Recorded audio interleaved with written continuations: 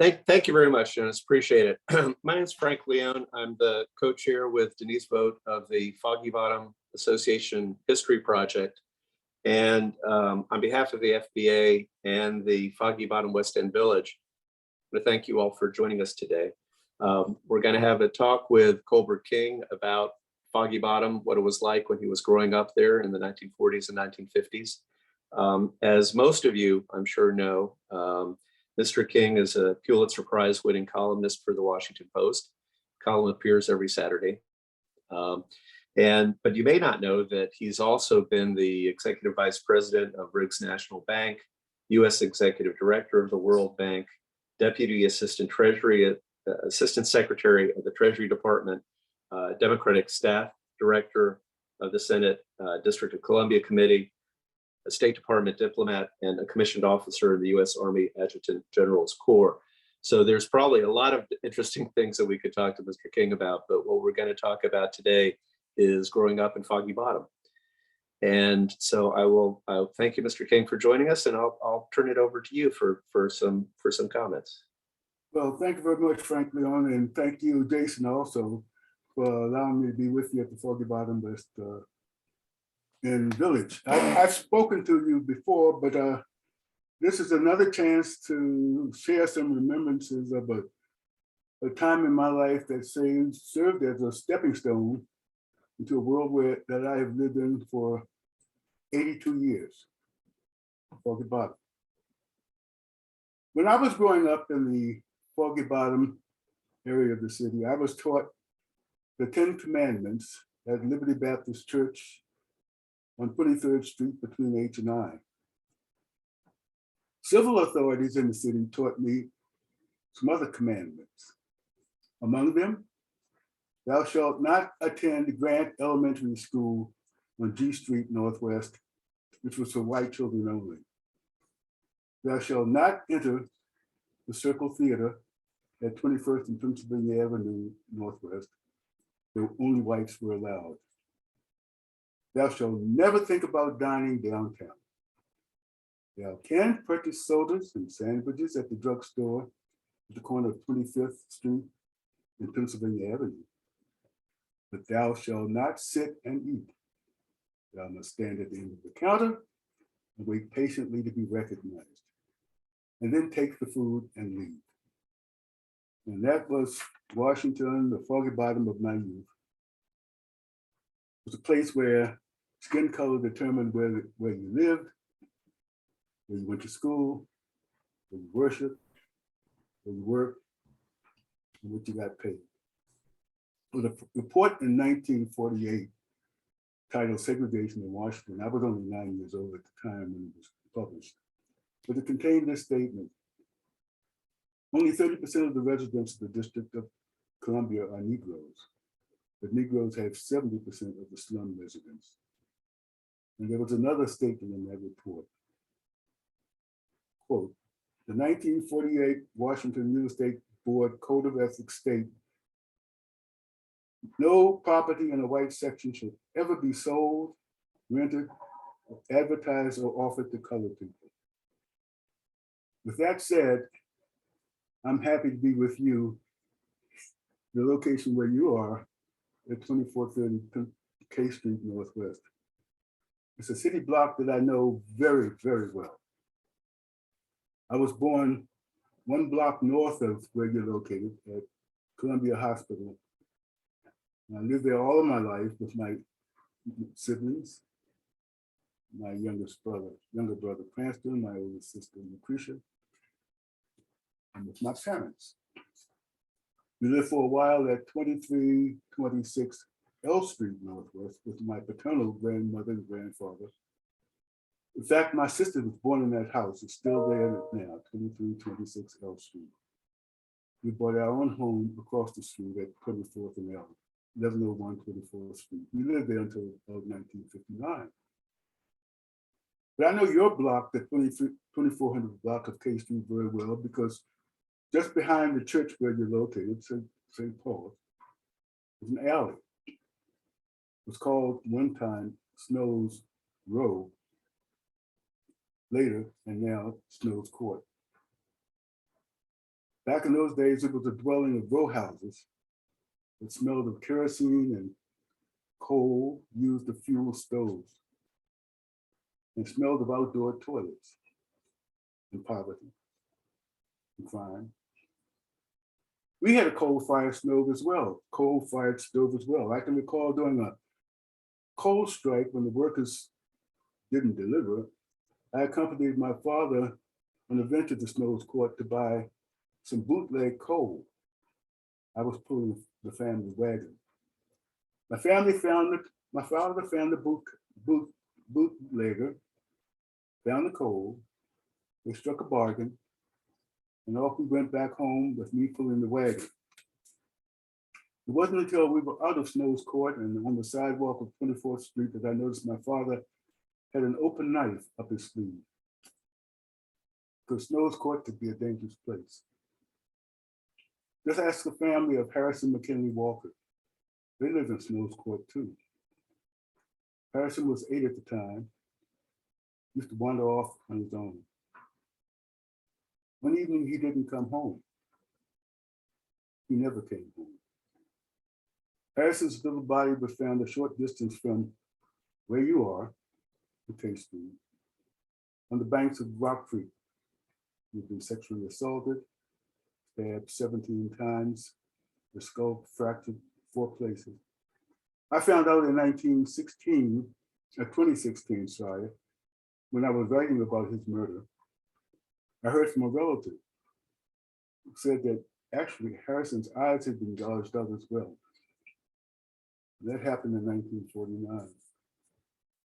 They never caught his killers. I say killers because neighborhood rumors had it that he was killed by a gang of young boys in Foggy Bottom, young boys who lived in and around Snow's Court. It'd be a dangerous place.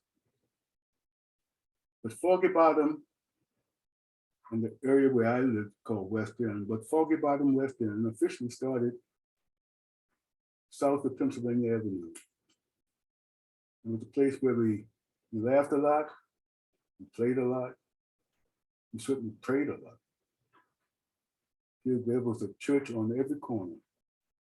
There was St. Mary's Episcopal Church on 23rd Street where I attended and where my paternal grandparents lived, next door at 716 23rd Street. Liberty Baptist Church, 23rd Street between 8 and 9. There was Union Wesley Methodist Church at 23rd and L. There was Gethsemane Baptist Church at the corner of 23rd and G. Historic 19th Street Baptist Church at 19th and I. Rock Creek Baptist Church at 24th or 25th and H. I remember Rock Creek Baptist very well because that's where we had the funeral for my 9-year-old classmate, Alexander Gravett, who drowned in the Potomac in 1951. I also vividly recall his funeral. That's because 5 of my classmates and I served as pallbearers, carrying his casket into Rock Creek Baptist Church, past pews of loudly, and I mean loudly, grieving mourners. Seems like that, I see it in the mind, especially young minds. But there were also some fun times, many fun times. The playgrounds of Stevens Elementary School and Francis Junior High School. Then now merged. There were home visits and church socials and corner grocery stores, and where you could buy penny candy and catch up on the gossip. It's all so different back then.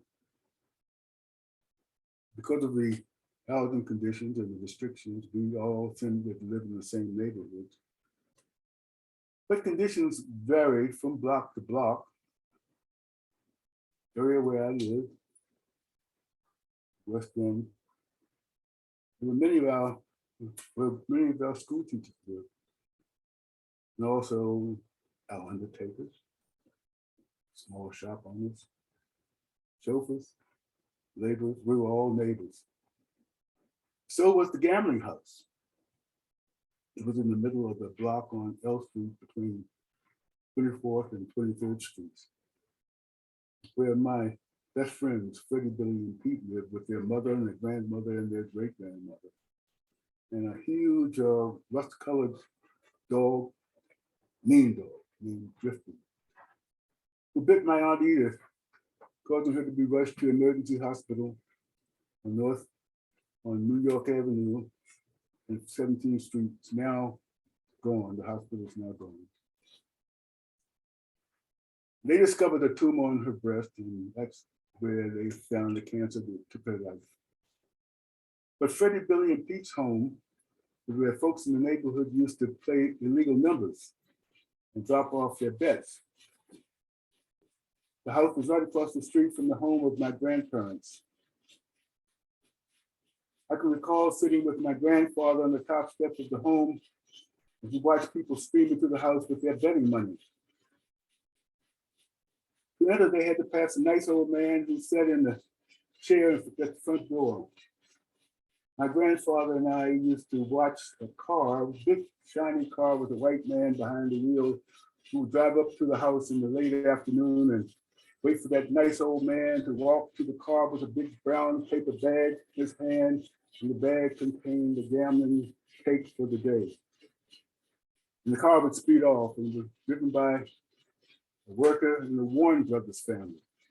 Warren Brothers controlled all of the gambling in Foggy Bottom and Georgetown. They were tough, but they were generous. They were generous, especially in taking care of the police, and could make things rather messy for people who were in the Warren Brothers line of work.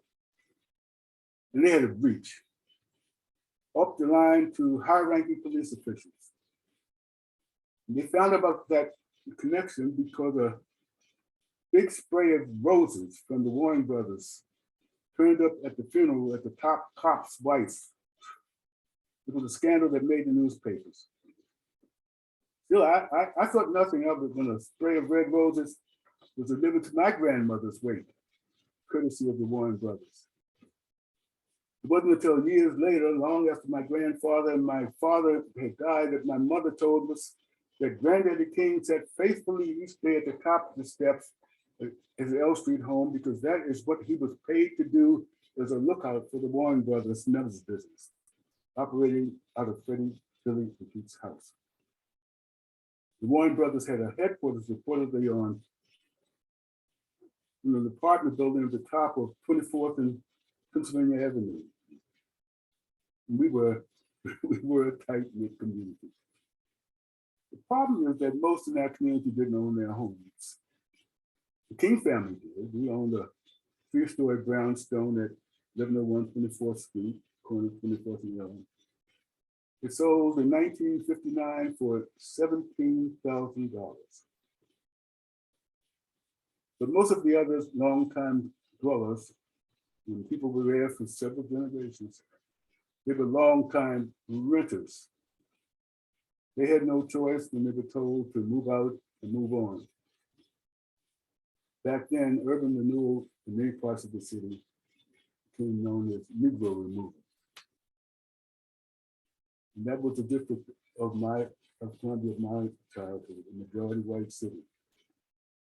And things remained that way until the 50s, when schools were desegregated and Black displacement took place in Foggy Bottom, West End, places like that around the city. The combination of school desegregation and Blacks moving into white neighborhoods produced white flight that rivaled the exodus in Egypt. So the Foggy Bottom of my youth is gone. Well, there are remnants here and there, Washington Circle and George Washington statue, St. Mary's Church, there's Rock Creek and Potomac.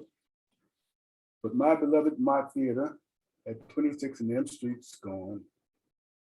It's old movies and all these serial movies, they're gone.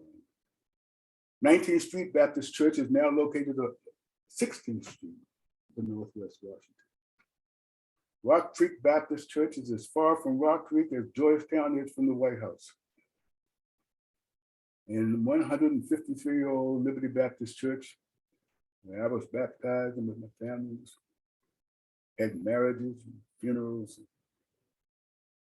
It's far away from Foggy Bottom now in Southeast Washington. But Foggy Bottom is in my heart, and that Foggy Bottom won't die. And I just hope that, and I pray that Foggy Bottom will always remain in good hands. Thank you very much, and I'll be happy to share some questions with you. Yes, thank you. I did. Thank you for that overview. That was very interesting and very moving. So you were born at Columbia Hospital for Women. Is that right? Yep, I was born there. My brother was born there. My sister was born across the street at 2326 L Street. Now, Columbia Hospital was segregated at the time, but did admit African American patients. Yeah, but they were separated in the hospital. I can recall when my brother was born, Columbia Hospital was directly across the street from my house. I could say we faced it. And I recall seeing my mother come to the window and wave to us. And she was in the colored wing, of course, but I remember that hospital very well. And you know what it is now. Of course, it's a spiffed up dwelling for solid middle class folk.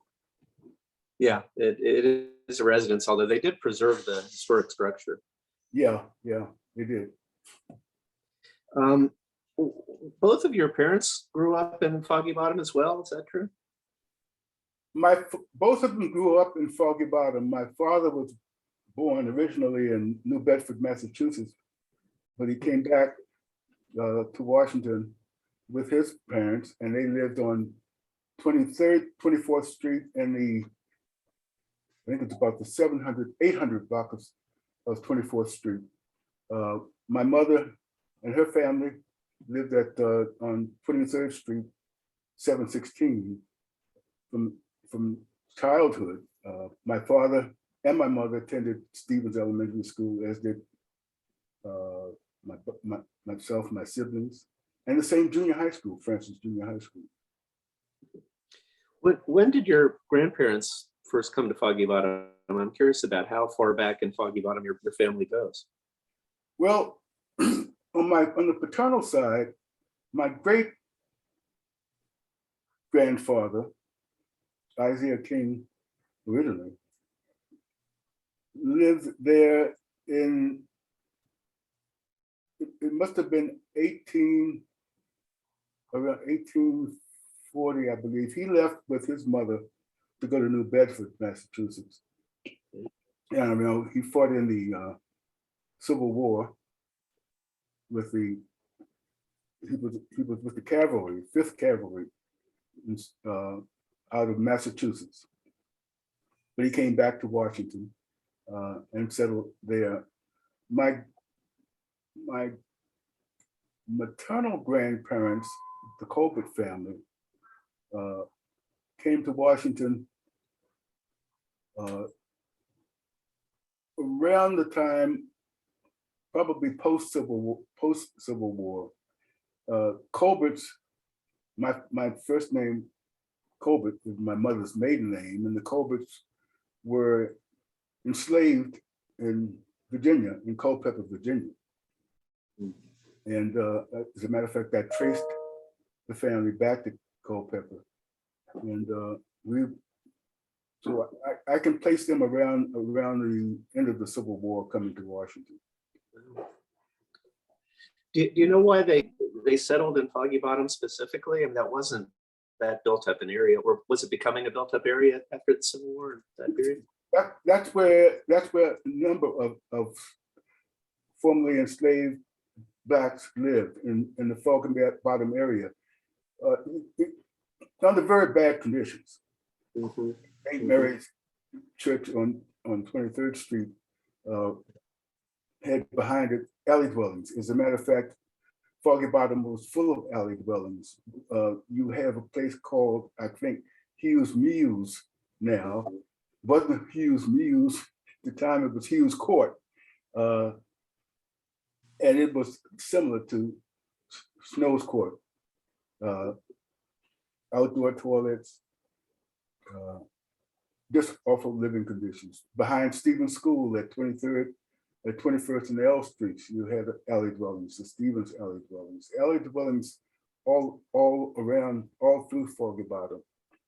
But that's where there was a concentration of formerly enslaved Blacks. Mm-hmm. Mm-hmm. Well, you mentioned that your visit to Snow's Court. Otherwise, did you ever go in the alleys, or was it a place you stayed from? Well, all of my classmates, most of my classmates, many of my classmates, should put it that way, lived in alley dwellings. I did not frequent the alley dwellings. There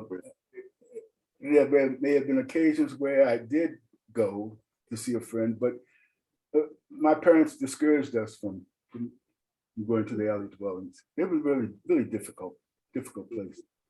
Mm-hmm. So tell me about your house. It was 3-story. Was it a row house on corner of L and 4th? Yeah, at this point, my house is the West End Library. Right. Encompasses my house, as it did Freddie, Billy, and Pete's house. Mm-hmm. But it was a 3-story brownstone. I think about my house, I think about words that don't come to the vocabulary these days. Ash cans. Mm. In those days, because you burned coal, you had ashes. And the ashes had to be removed from the house, from the furnace to the sidewalk, and in containers. And the city provided trucks to pick up the ashes. Coal was to us what gas is now and what electricity is. Telephone.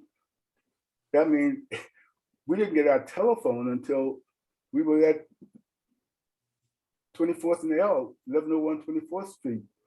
And then we were special. We had a private line.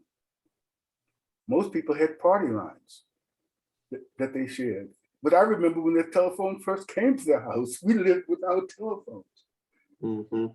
Yeah, we lived without telephones. My father called me from play by whistling. And that's how we communicated. So now you mentioned that was the coal burning stove, was that for heat or cooking or both? Everything. Okay. Everything. That coal furnace not only filled the house, but we used it to fire up the stove before we got a gas stove in there. We used wood and coal. That's how we carried it. You had electricity though, right? Well, we had electricity. Yes, we had electricity. And plumbing? We had indoor plumbing. Many of our other homes did not have indoor plumbing. Mm-hmm. As a matter of fact, they had friends who would visit so they could use the bathroom, use the toilet. I mean, it was like, oh my God, you got this. No, it's amazing how you accommodate difficult conditions. You realize you had it, and you realize who didn't have it, and it was just like knowing that there were places you could go and places you couldn't go. If you were Black, you were aware of that, and you as a child, you accommodated as best you could, keeping your dignity intact. Mm-hmm. Now your block or your area was mostly African American, but were there white families living there as well? Yes, as a matter of fact, that was the thing that was peculiar about maybe Washington. Certainly not kind of patterns you would find deeper in the South. There were whites and Blacks lived on the same block in many parts of West End. My block, 2 doors away was a white family, and they had kids who our age, and we were playmates. Except, until you come time to go to school in September, and then you would separate, and they would go to the white schools, and we would go to black schools. But they were close friends. As a matter of fact, still in touch with one of them. As recently as a month ago, talked with him about how he was doing. But this was so awful about it. He could attend Francis swimming pool with us during the summer, and did, and he could go to the mock theater with us, which was segregated, but we couldn't go with him. Oh, is that right? Okay. See, segregation worked one way. I mean, we were kept separate from white people, but they weren't kept separate from us. Wow. Okay. I hadn't realized that. Yeah. Huh. Oh, they could go anywhere they wanted. We were the ones who were restricted. That's why, we talk about separate schools. We weren't the ones who decided to have separate schools. We didn't decide that the police force would be white. Right. When the Foggy Bottom area was settled in the 1880s or whatever, and there were a lot of German and Irish immigrants, and by the time you were growing up, was that a thing where there were German families and Irish families, or that really had sort of been melted in by that point?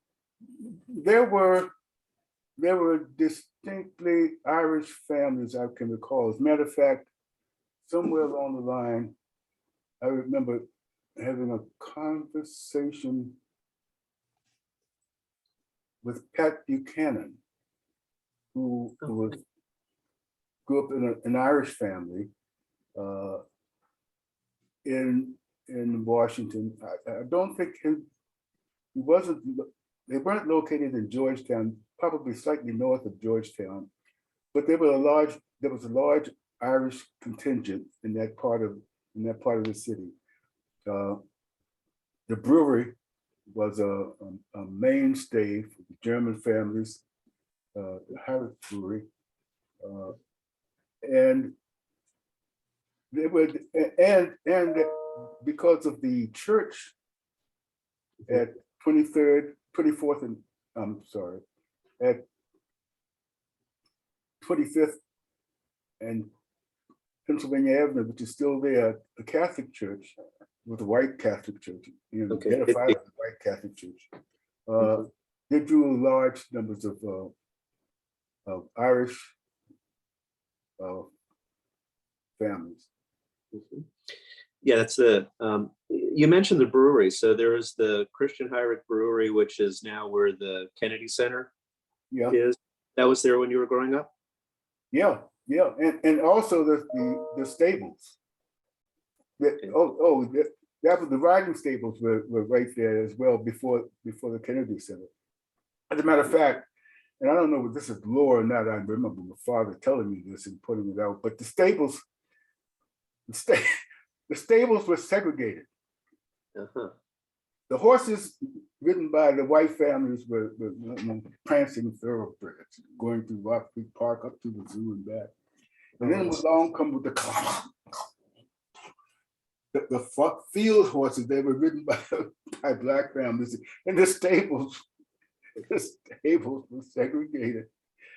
Yeah, it was a high old time and a bad time of the city. It was. It's amazing how you had to find a way to cope with it. Sometimes you cope with it with humor, maybe gallows humor. The Watergate itself is a fixture that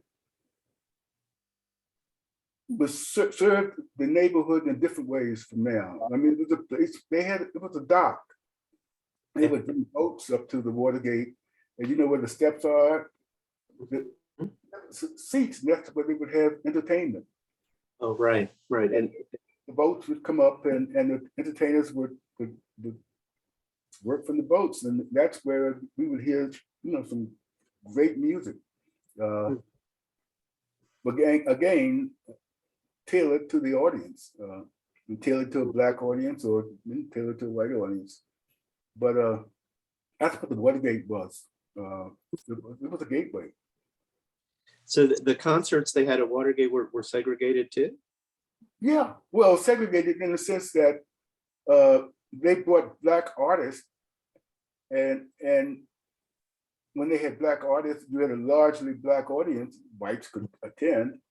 I don't recall ever attending any event with white performers.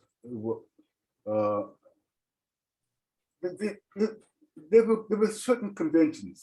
For example, during 4th of July, everything was open and you could attend 4th of July events. Most people watched it in our area, watched it from 23rd Street at the overpass.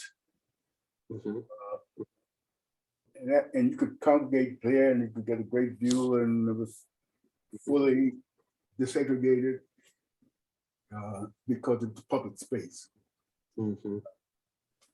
But when you ventured into, I have my dogs here now, so you're gonna see me distracted. I have, and nobody can stop them, and they're two almost 100-pound Black labs, and they can go anywhere they want at any time and disrupt anything they want. You're welcome. Sorry, I have to apologize. As a matter of fact, one of them is named after my grandparents' dog on 23rd Street, Ronnie, and I named him after Ronnie, who was a terror in the neighborhood, terrorized people in the alley dwellings behind our house. They're being called away. Go, go, go. Okay. Did you ever go visit the brewery or No. Now I know there are a lot of German workers there. Were there also African American workers at the brewery? I can't say, but I rest assured in saying that whatever jobs we had would have been in the service side of the business.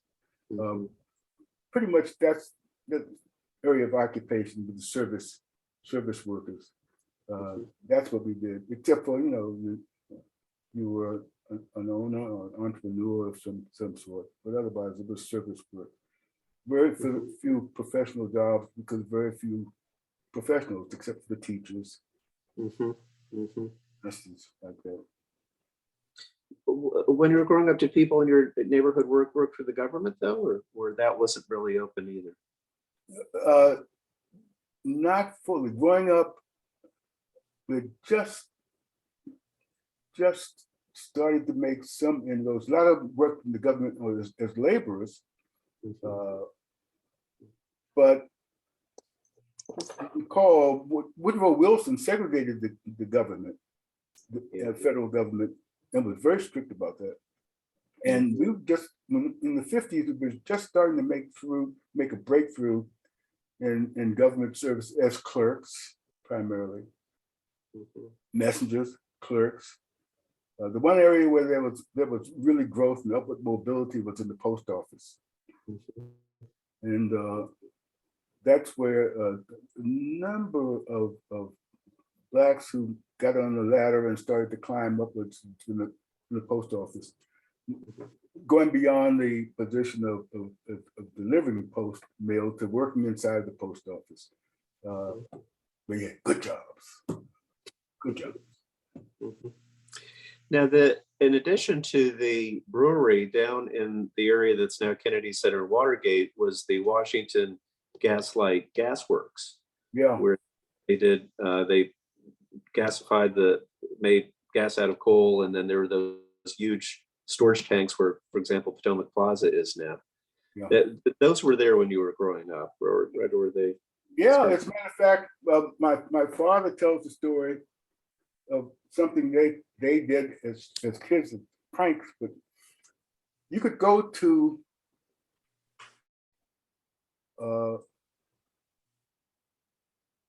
a location down in Foggy Bottom where they had manhole covers. Mhm. And if you dropped the firecracker in the manhole cover and it went off, you could hear the boom all through Foggy Bottom. He thought that was just great fun. He wouldn't let us do it, but he told us this is what they used to do for fun. Wow. Yeah, I remember the tanks very well, very well. Was that area smelly, smoky? Did you, because it was an industrial area at the time, so different.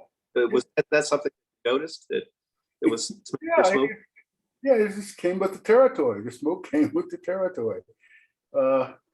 Think of environmental hazards. I mean, my goodness gracious, just think of the coal we burned and the ashes that we had and the ashes everywhere, and you've been inhaling this. It was, it was part of it. Did you notice the smoke from the industrial areas in your neighborhood on L Street, or was it just when you got closer to the factories?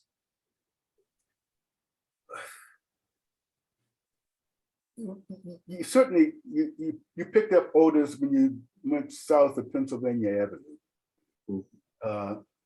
But I cannot say there was a line of demarcation. But I hear somebody else's dog, don't I? Yeah, I'm sorry.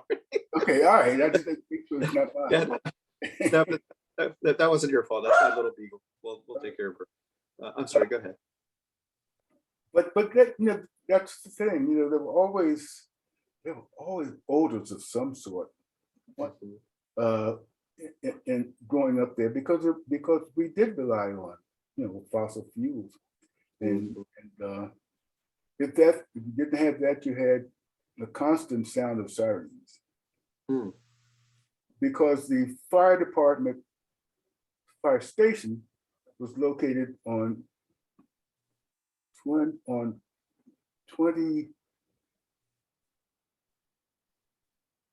It was located near M Street, 22nd, and they were constantly having to go down to the Rock Creek area to service fires, and you had a separate activity called the emergency fire station. It responded to people falling in the water. You see, there were dwellings along in Georgetown, right down by the water, not alley dwellings, but street dwellings, and people were constantly falling in and drowning. That's why Alexander Grivet who drowned. We had a number of drownings in growing up. It just sort of came with the territory. Somebody would, and you could hear that, you knew the sirens, which were devoted to that kind of activity. And we noticed it from our home because they had to go around Washington Circle and then proceed west on K Street to go down toward the river, and we could see it. And we knew whether it was a fire or whether it was an emergency of somebody falling in the river. My grandfather used to fish the Potomac River, and I remember him coming home one day, and that was the other thing. Potomac River was a source of meals. It's not a happenstance thing. People fished it daily to feed themselves. And he came home and told the story of someone who drowned and he couldn't help rescue him. But drownings were fairly common. I don't have the numbers, but fairly common. Did people swim in the river? Did you ever swim in the river? No, didn't. Some people apparently did, but it was too treacherous. I grew up with great fear and respect for the Potomac River. Rock Creek was different.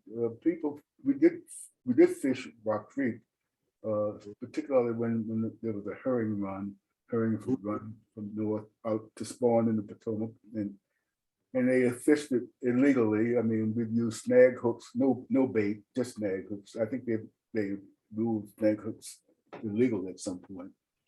But that's how they were fished. And so people would go down and come away with 25, 30 fish in one swoop and feed themselves.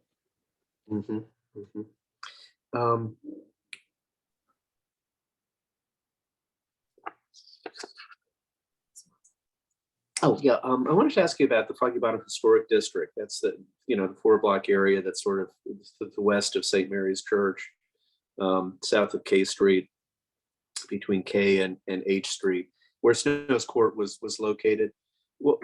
Did you ever go through that neighborhood, and what were the houses that were on the outside of like on I Street or 25th Street?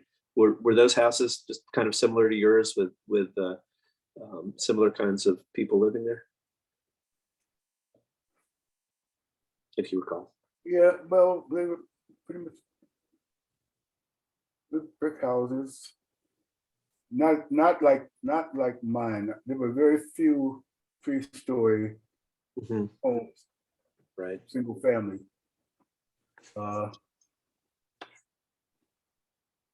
There were, if I think of H Street between 23rd and 24th,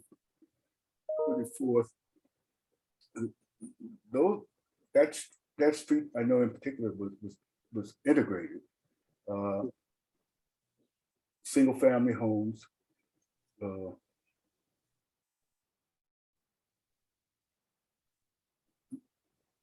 2 stories maybe. Running water, electricity. Small backyards, if any. So you went to how about George Washington University? Did you ever do anything at GW? Did that have any impact on your life growing up? Absolutely none. As a matter of fact, it wasn't much of a factor growing up. There was the hospital. The hospital was a reality, but not. I mean, the hospital was built during the Civil War, and it handled those patients. GW Hospital had, if my memory is correct, 3 locations. When I was growing up, it was located on the west side, on the east side of 23rd Street. 2 different locations, and now it's of course where it is now, in a large complex on the west. Right. Did you? Yeah, there was also part of the area that's where the Potomac Freeway is now. That off Virginia Avenue, where you get off Roosevelt Bridge, and then it goes around, and that was part of a interstate system that was going to be built in the 60s, I guess the late 50s. And there were several blocks of historic Foggy Bottom that were demolished for that construction. There's the Briggs Montgomery Elementary School, for example, was down in that area. Do you remember when those houses were destroyed? I don't know. My mother first attended Briggs Montgomery Elementary School before she was transferred to Stevens School. So my sense is that they must have lived in another location before they moved to 716 23rd Street, when she then started attending Stevens Elementary School. I remember the period in which the construction took place. Three Sisters Bridge comes to mind. I don't know if you remember that the infamous Three Sisters Bridge that got started and then went nowhere. The freeway was a very disruptive development.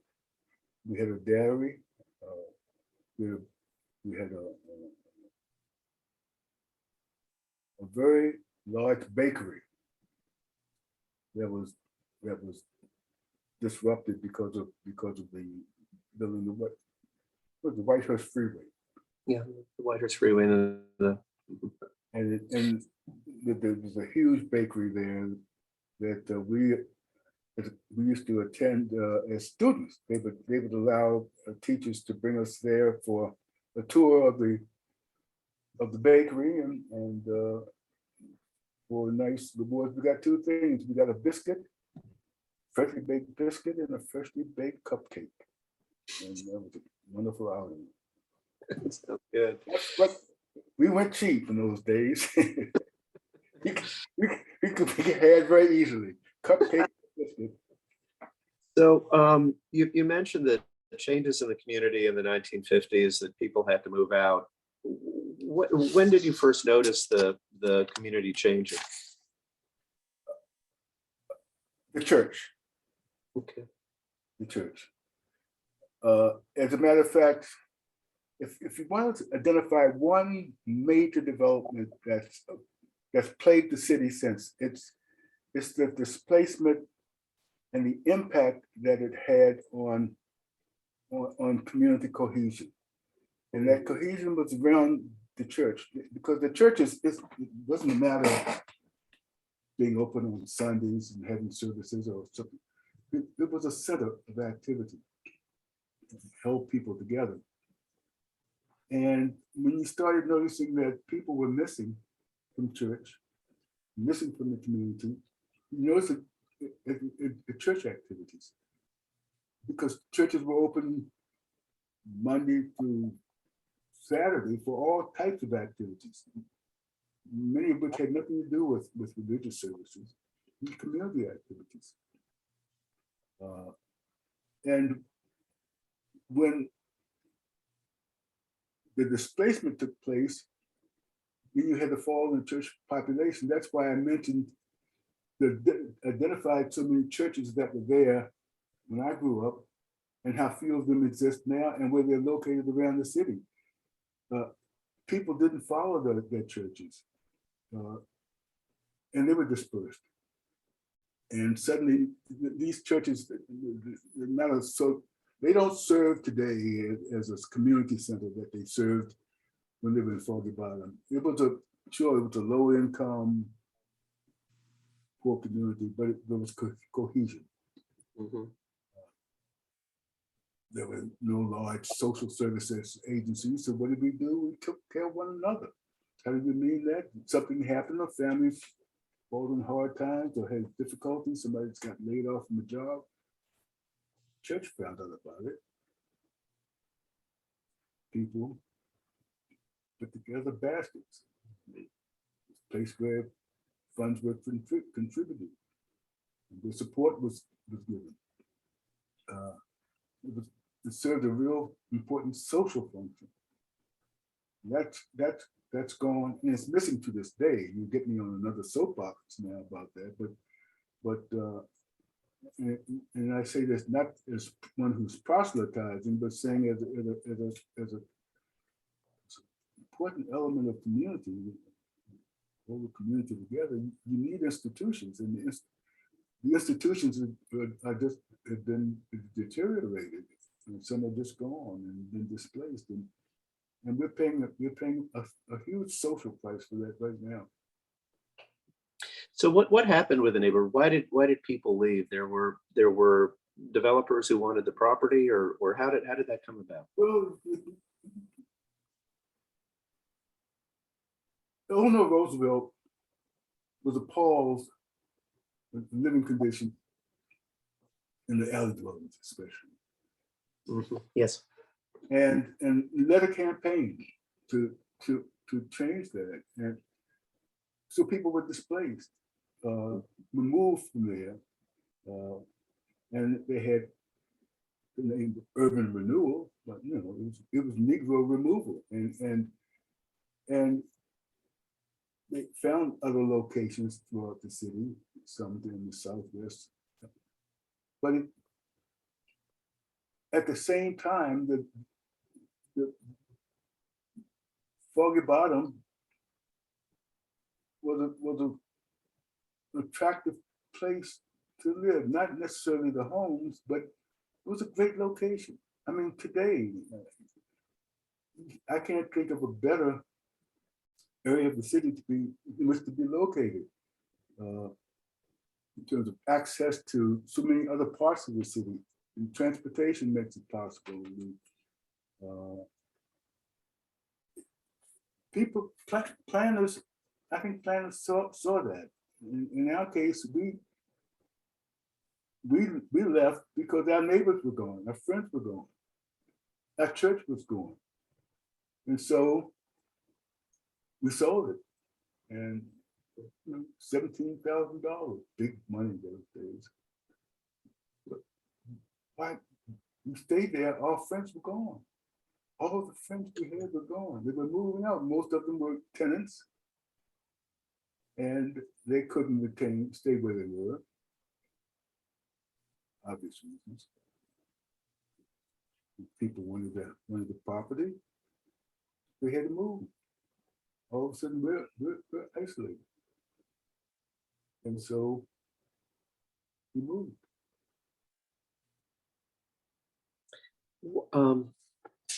Did the city provide assistance for people who were being evicted, or they were just everybody was on their own and they were all kind of just I mean, somewhere along the line,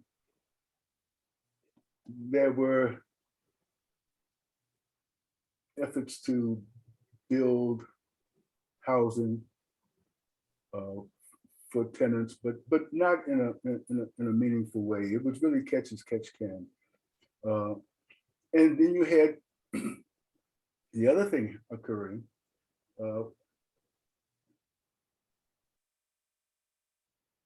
Real estate blockbusting started to take place in other parts of the city, where working class Black folks who were being displaced could move into areas of the city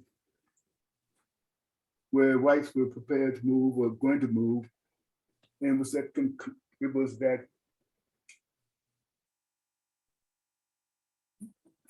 fortuitous or unfortuitous concatenation of circumstances of school desegregation, white flight, ability to move Black families in the neighborhoods, to bust neighborhoods, to frighten the tenants, white tenants, residents.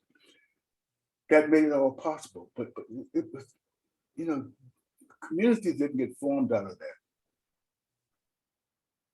My friends moved into neighborhoods that were changing, but there was no community for them. They didn't know their next door neighbors. They didn't know the people down the street. The new people coming in didn't know each other. They didn't have common things like a church or some social activity. I'm telling you, we're bearing the bitter fruit of that now. We don't have that community cohesion that existed, and people think I'm being nostalgic about something. You lived in terrible conditions, economic conditions at those times. Yes, we did. Yes, we did. Most of us didn't have a lot, but we shared a lot. We shared a lot of experiences, and we relied on one another, and there was community support. That's what's missing, and that's the ingredient that those are the ingredients that make a community. What you're doing now, what you have is an association. That's it. That's the lifeblood of a community.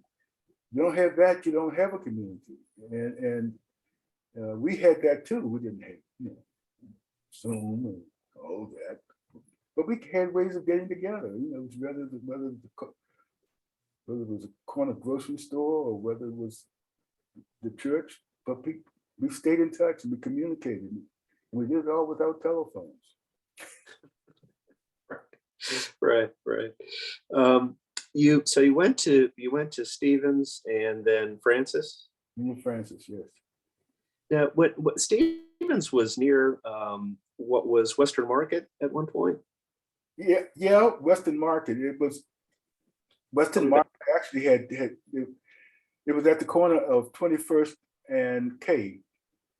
And actually it was part of Western Market really was just for farmers, a farmer's market. And then you had a store, sort of like a Safeway that was separated by glass windows. And next to that was a police station, number 3 police station.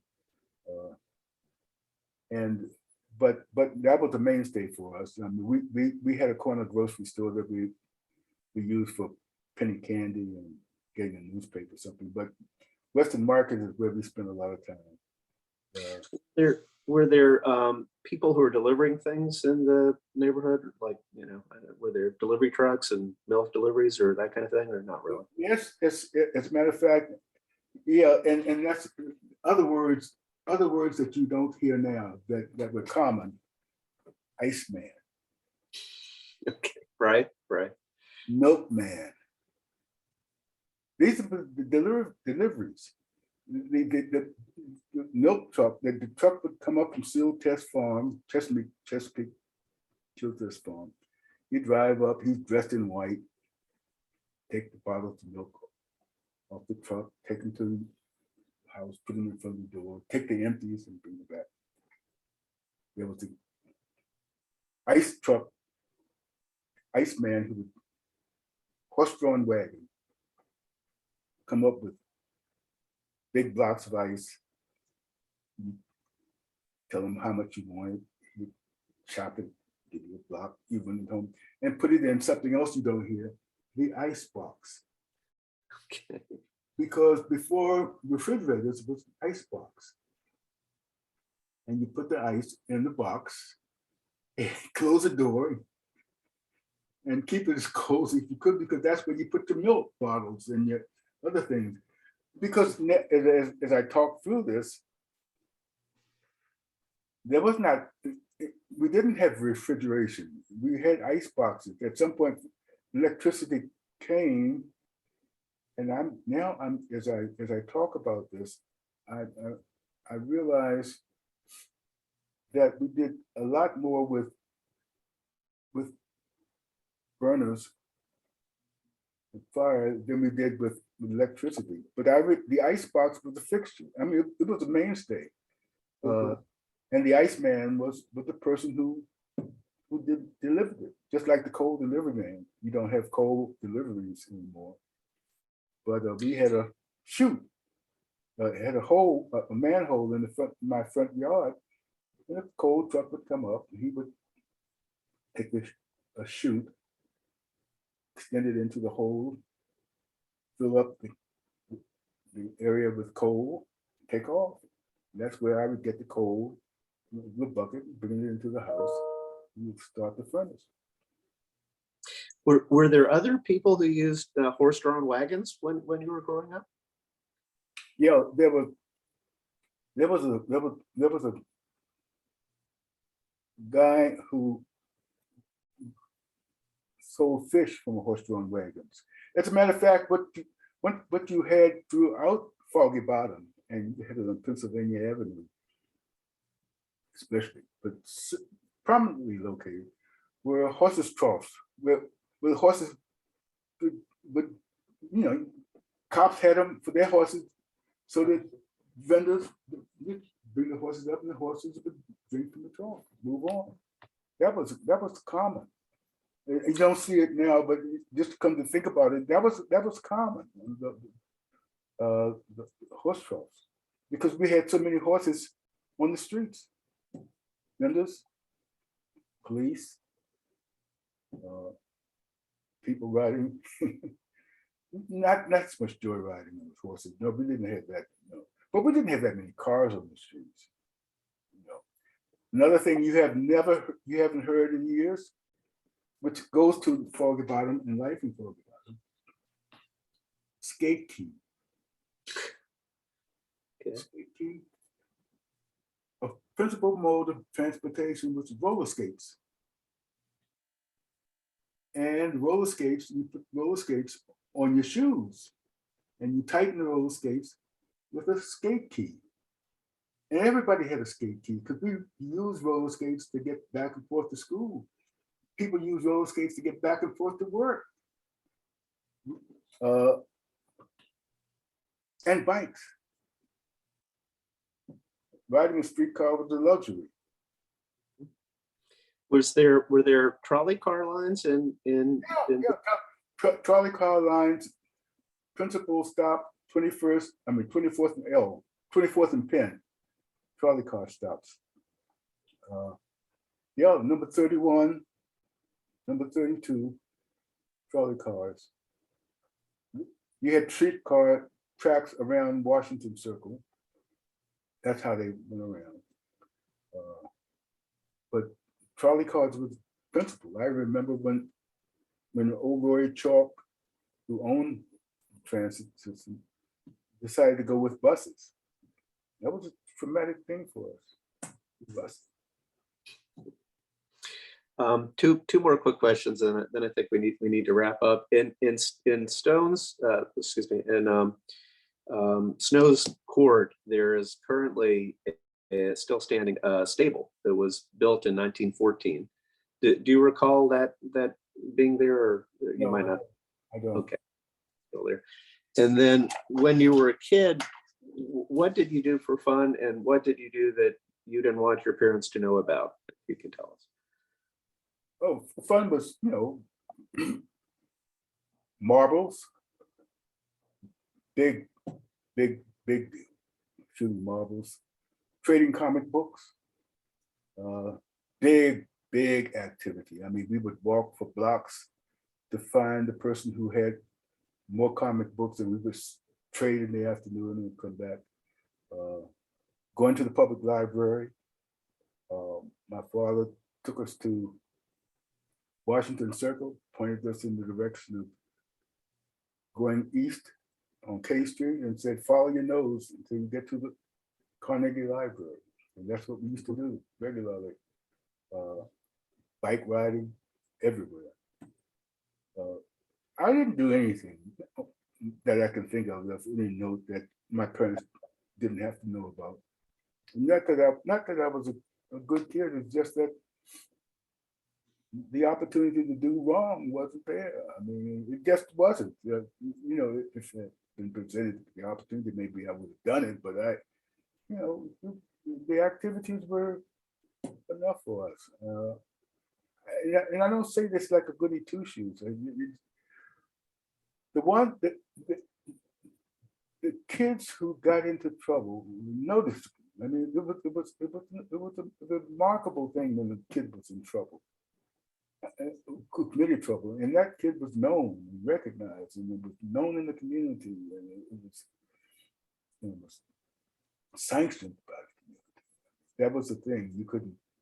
I couldn't walk a block and commit something without my parents knowing about it, because we had family, neighbors all through the neighborhood who kept track of these things. So that was good.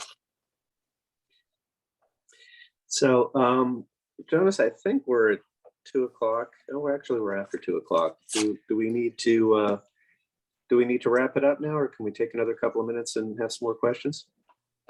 We can keep going. I just do want to thank everyone for taking the time for joining us today. I know it's run a bit long, but I've really enjoyed it, learning about the community that I work in, and went to school and spent so much time in. So I wanted to thank you for taking the time for joining us today, and Frank for managing it. And I think it's gone very, very well. You're welcome to continue for a few more minutes, but we do need the Zoom platform back in a bit. But there's lots of questions in the chat, so if you want to throw some of those in, we can take a few extra minutes if that's okay with you guys. I'm fine. Okay. Yeah. We can take a few, 10 more minutes or so, and then I do have to take the Zoom back, but thank you. Yeah, we'll definitely do that. Yeah, I'm scrolling through the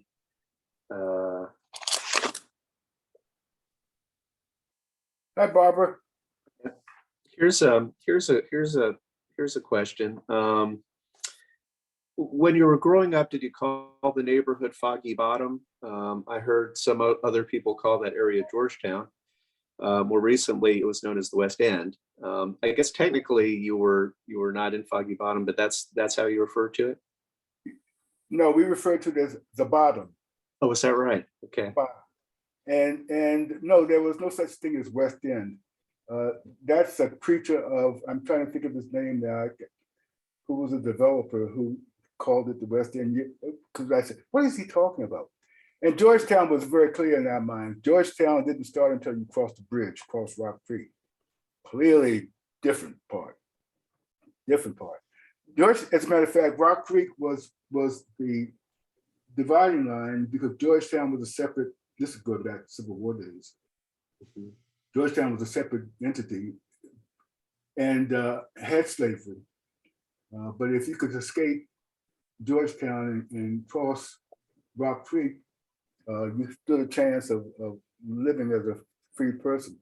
First, as a matter of fact, the first place they established coming across Rock was at 23rd and L, which became Union Wesley Church. But that's Georgetown was a separate entity, always was. Culturally, but not us, not people in the bottom. People in the bottom, different folk, better folk. No, actually, Georgetown folks. Georgetown had the really solidly professional black class over there, doctors.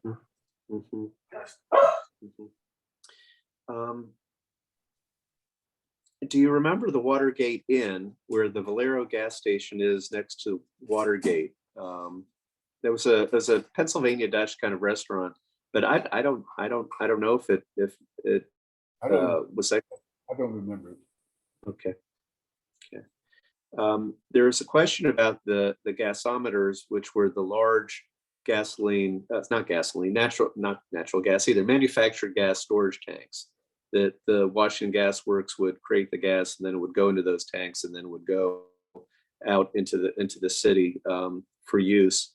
And those were, I mean, did those seem to sort of dominate the neighborhood when you went down there? They were really big structures. The gas tanks, yeah, that's what I was trying to get at before, and they ran through the ground, and there were this manholes as well, and this is where my father did his firecracker thing and make the noise go through Foggy Bottom, boom, boom, boom, boom, boom. But the gas tanks were made they were major factor.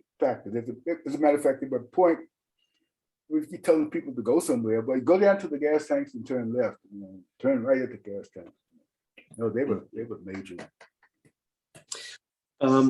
I think you probably shared some today, but are there other memories from your childhood you thought important to pass on to your children?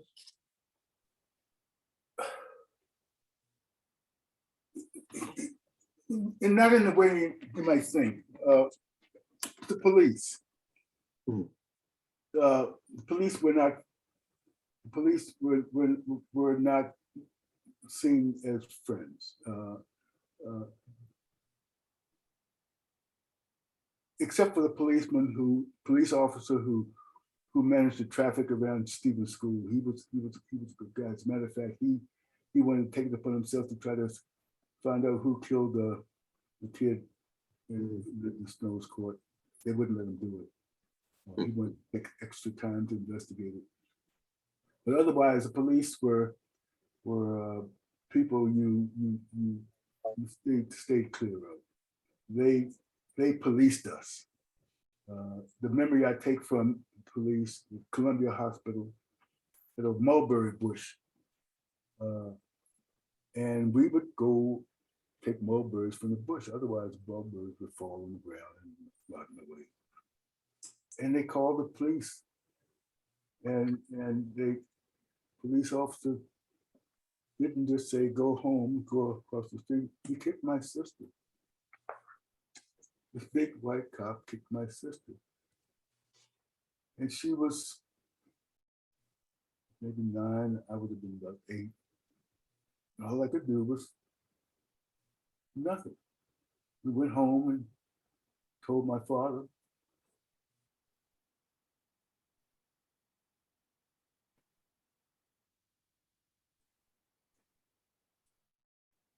What could he do? These are white cops. And that's what it was like. Police officer walked up to us, there's kids standing in the corner, 24th and L. And never forget, he walked up and he said, I want this corner. I want this corner. So we had to scatter. Had to leave. That was policing. And they were all white cops. I can remember almost when the first black cop was hired. But these are white cops. It was occupation. You know, it sounds political now. It was occupation. It was an occupation. So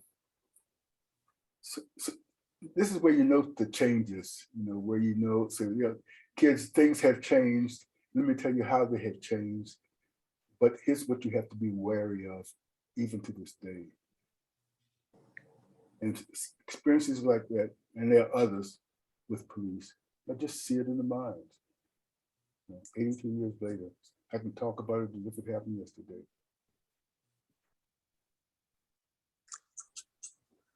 Thank you, Colby. Thank you very much. It's always good to hear you talk about Old Foggy Bottom. And Frank, thank you and the West End Association for having him on. I think if you have any questions, you can always send them to him. Everybody in the world knows his email address, but please do call again. I'm sure he'll remember other things he wants to share. Well, thank you so much. Yeah, we really appreciate your time, Ms. King, and Mr. King, and thank you, Ms. King, for helping set it up. We'll have this video available on Foggy Bottom West End, but also at the Foggy Bottom History Project website, which you can find at foggybottomassociation.org, and then look for History Project, and we'll have other and more information on the gas tanks and a bunch of other things that we talked about. But thank you again so much for joining us today. Best wishes. Thank you very much. Enjoyed it. Hi, Barbara.